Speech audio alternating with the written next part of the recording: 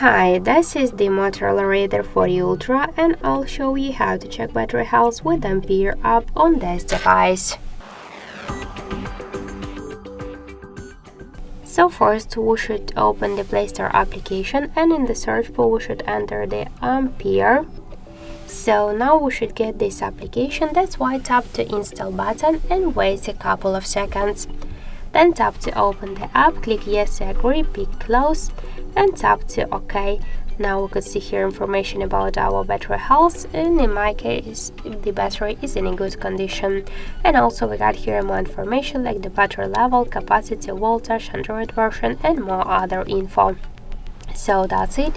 Thank you for watching, and if you find this video helpful, leave thumbs up and subscribe our channel.